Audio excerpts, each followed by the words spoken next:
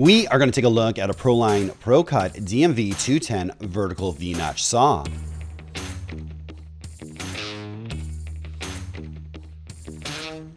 Please remember to hit the subscribe button, like, share, and turn on notifications to receive our latest videos as they drop.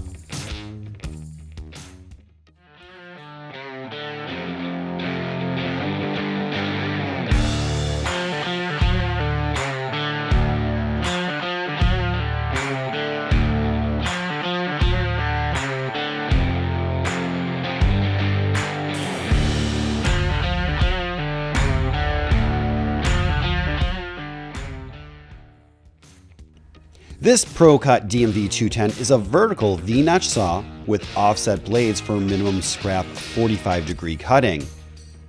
Each blade has its own 2-horsepower direct drive spindle running at 3,500 RPM.